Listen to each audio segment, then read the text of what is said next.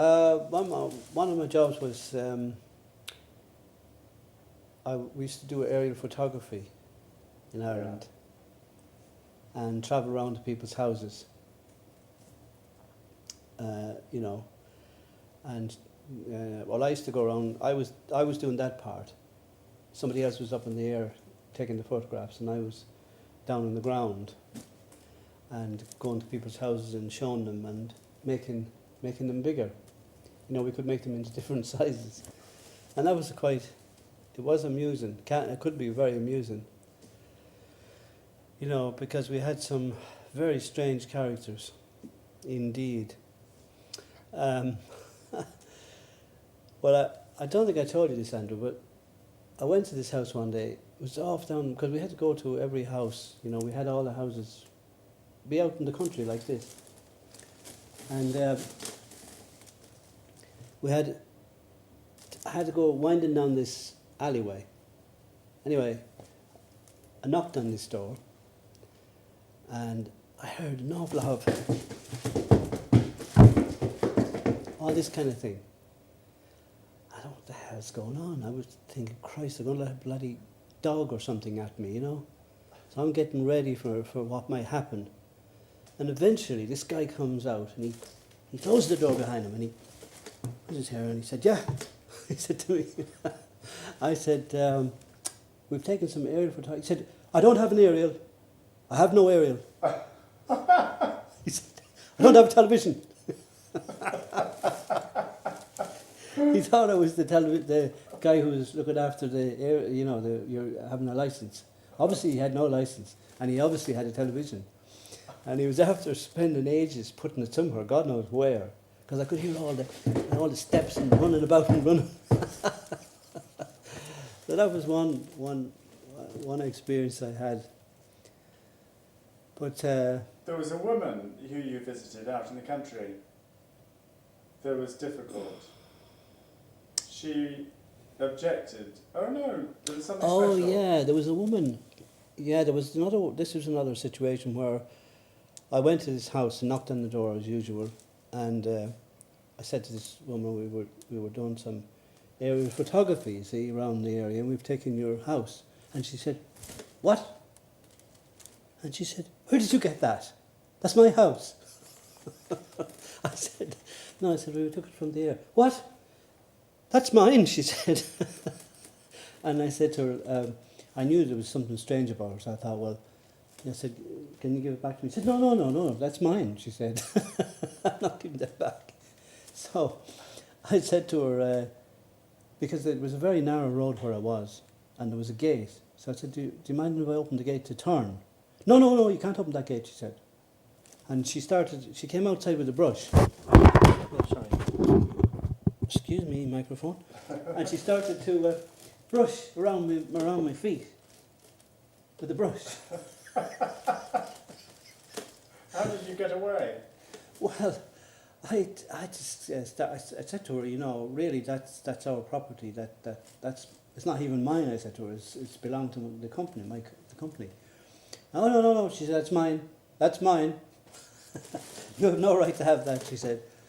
So I reversed out, you know, walking. I kept my eye on her. And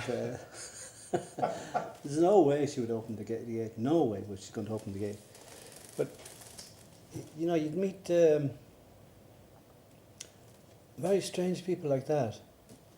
And at another time I was in Kerry, and I came to this house, and I thought it was a bit strange because they had concrete blocks up against the door, you know, and I went up about 3/4 ways up the door, and I thought, that door's not going to open.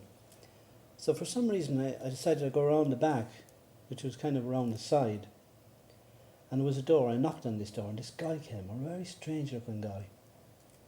Anyway, he was very strange, you know. He wasn't interested in what I was doing or anything, but he was talking to me in a very weird way, and I thought, how am I going to get out of here? When suddenly a bus pulled up outside the gate, a bus, and he started walking, and so I started walking too. I said, I'm going to get to the bus, you know, where there's a few people, because this guy is weird. So his mother apparently got off the bus, and he opened. There was a small gate. That sorry, microphone again. There was a small gate about like that size, and there was a huge gate, obviously for cars and stuff. Well, he opened that to let the mother in. Yeah, and he kind of beckoned her in, like, you know. So I got out of there very fast. But anyhow, when I went down the road, they told me that he actually attacked people. And there was a man actually who came around about the television license. He beat him up. And this person said to me, "You're very lucky." He said, "You escaped from him." He said, "He's beaten up 2 or 3 people." Do you think he thought that his mother was a car? I think he had some kind of a thing with his mother. Apparently he was very protective about his mother. That's why he opened the gate. He opened the full gate, you know. It wasn't just a small gate to let her in. She had to have, she was like a bus.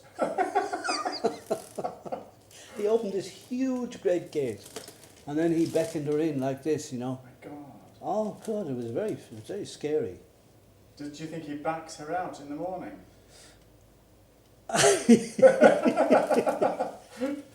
Well, she was quite big. But imagine having concrete blocks up against the front door, Yes. you know? So that there was no way that was going to open. So, I mean, every so often, like, you know, obviously nice people and everything, but every so often you'd come across these kind of characters. And even people who tried to attack me, you know, and, it's quite a difficult, I wouldn't necessarily recommend it to anyone. Once I went down the road in Donegal, and I'm driving down this, according to my records, there's a house at the bottom of this road. So as I'm going down, I realised that the hedge is getting closer and closer to the car, and eventually I get stuck, because obviously it's getting narrower and narrower, and I'm thinking to myself, well, surely there's cars gone down here before, and my car should go down. But no, and then I couldn't get out of the car either. So what am I going to do? You know, I'm sitting in the car and thinking, I'm stuck, you know, because I'm going and going, and I thought it should go down, but obviously it was going into a very narrow thing. Anyway, some way or other, it took me hours to get back, because I kept, you know, when I'd reverse, I'd be hitting this hedge. So I kept myself a little bit straight, and then I hit the other one. And so I was going about this much every time, backwards, Oh. and backwards, and backwards, you know. So, you know, that was You never reached the house? No, I never even wanted to see that road And you again. scratched both sides? I scratched all the sides of my car, and you know, and I really got frightened, because I thought to myself, I can't get out, you know. How am I going to get out? I couldn't even get out to the window. You could have died. I could have If died. your car had not, if it had broken down. Exactly. You can't get out to the boot or anywhere, you know what I mean? I don't know what I would have done.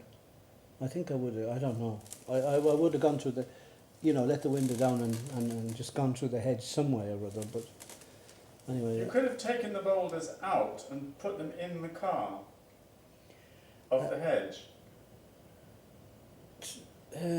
Yes, well, I suppose if I was desperate, I probably would have done something like that. I'd have the car would be full of briars.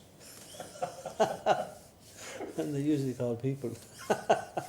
But no, yeah. And another time, I was going down this farm place, another one, a road, and it was after raining a lot. There was a lot of water everywhere. And, you know, sometimes you've got a big pool of water and you drive into it. Anyway, I drove into this pool and down I went, woof, right down on the axle. It was a huge hole. So whether it was subsidence or what, I couldn't, you know. So I had to go and get, but these are all like stories of quite dramatic kind of things that happened to me. Not necessarily funny, this one, because I had to get, tractors and God knows what to try and get me out of it. So I've had some.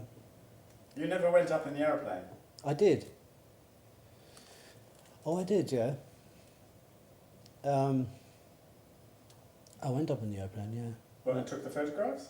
No, I didn't take them. I didn't. I just went up for a drive, just with them. They had a plane with the wings over the windows underneath the wings, so you could photograph. And they went, just kept going round in circles around the houses, like that. Did anybody ever shoot at them? People were. They did. People were very annoyed, because once I was in this place and I would call into this house and this guy said, he said, we don't go down to this particular house. He said, don't go down there. I said, why? He said, because the day that plane came around, it frightened his cattle or something, and they stampeded. And he said, if I was you, I wouldn't show my face around there. I said, well, I'll take your advice and I won't. And I didn't. So that was Did people generally buy the pictures? yeah, they did, yeah.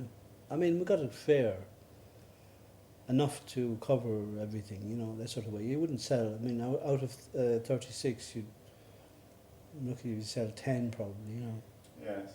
But then we used to sell one which was it was £190. Wow, in a frame? Yeah. Yes.